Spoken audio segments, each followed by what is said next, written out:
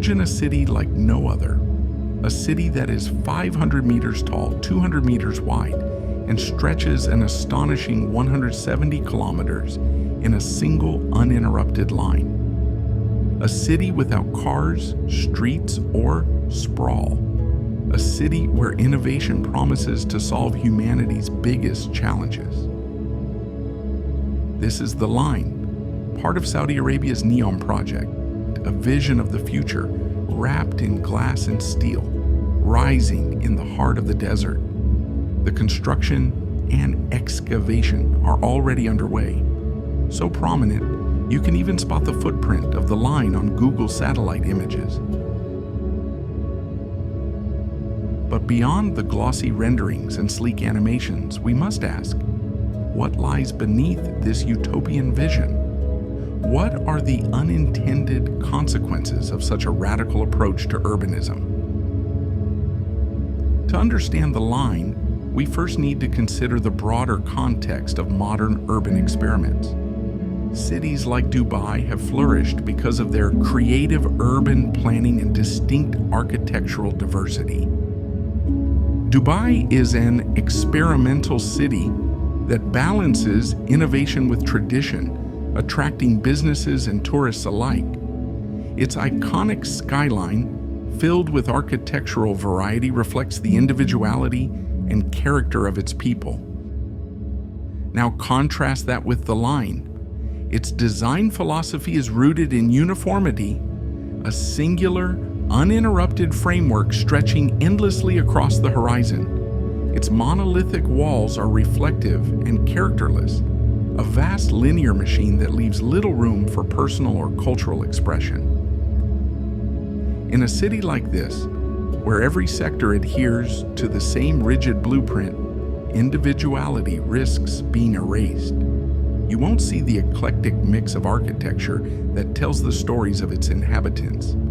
Instead, the dwellers of The Line are enclosed within a homogeneous environment where identity blends into the collective. The inward-facing design, as Neom's website suggests, may vary between sectors, but even these differences are overshadowed by the oppressive continuity of the mirrored walls. From the outside, this endless structure cuts through the natural landscape like a scar.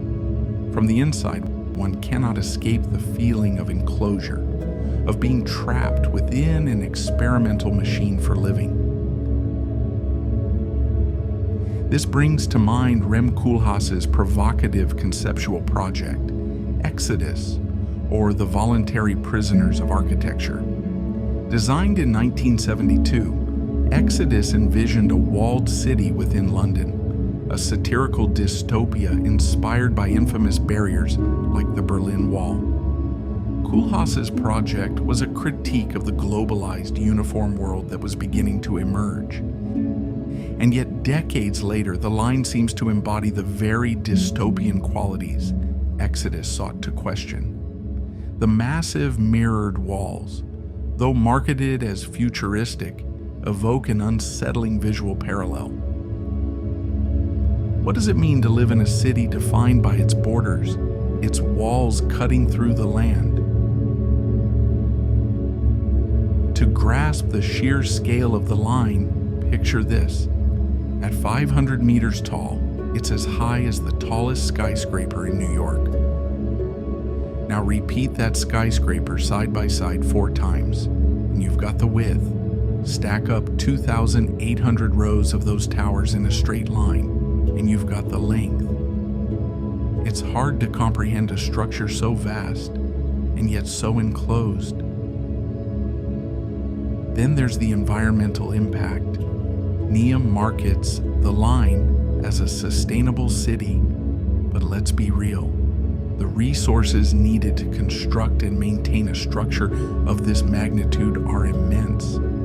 And what about the desert ecosystem it claims to protect? How do you build something this disruptive and still call it eco-friendly? Even beyond construction, the city's design presents challenges. A structure this massive will cast a permanent shadow on its northern side, creating microclimates that could harm the ecosystem and impact the mental well-being of its inhabitants.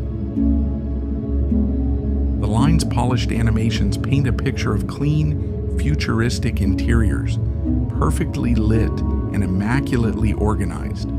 But what those renderings don't show is the emotional and psychological toll of living in such an enclosed, linear environment. Cities are more than just infrastructure. They're about the spontaneity of street life, the diversity of architecture, the vibrant and messy interactions of people. How does the line accommodate those essential, unpredictable elements of urban living? Will its residents feel inspired by the promise of technology, or stifled by the lack of variety and the rigid, uniform surroundings? This brings us to the heart of the issue. Cities, at their best, are living organisms. They thrive on creativity, diversity, and the stories of the people who call them home. But the line, it feels more like a machine, a controlled experiment where the boundaries are literal walls. And here's the thing about experiments, they don't always go as planned. What happens if this radical vision becomes a cage instead of a beacon of progress? In the pursuit of utopia, have we forgotten what makes a city truly alive? Have we traded inspiration for control and diversity for uniformity? The line challenges us to think big, but maybe it also asks us to question what kind of future we're building. So, what do you think? Is the line a glimpse of a brighter tomorrow, or a step too far into the unknown?